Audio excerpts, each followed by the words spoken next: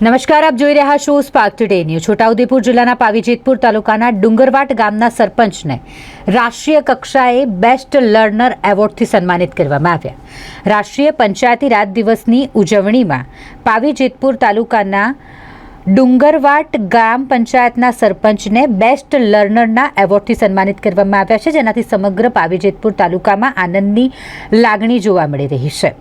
આ કાર્યક્રમ જલશક્તિ મંત્રાલય અને સરપંચ સંવાદના સહયોગથી યોજાયો। મુખ્ય અતિથિ તરીકે ભારત સરકારના જળશક્તિ મંત્રી શ્રી આર પાટીલ ઉપસ્થિત રહ્યા હતા। ગ્રામ્ય વિસ્તારમાં પાણીની સુરક્ષા, સંરક્ષણ તથા સ્વચ્છ અને સુજળ ગામના માધ્યમથી વિકસિત ભારત નિર્માણ અંગે વિશેષ ચર્ચા કરવામાં આવી।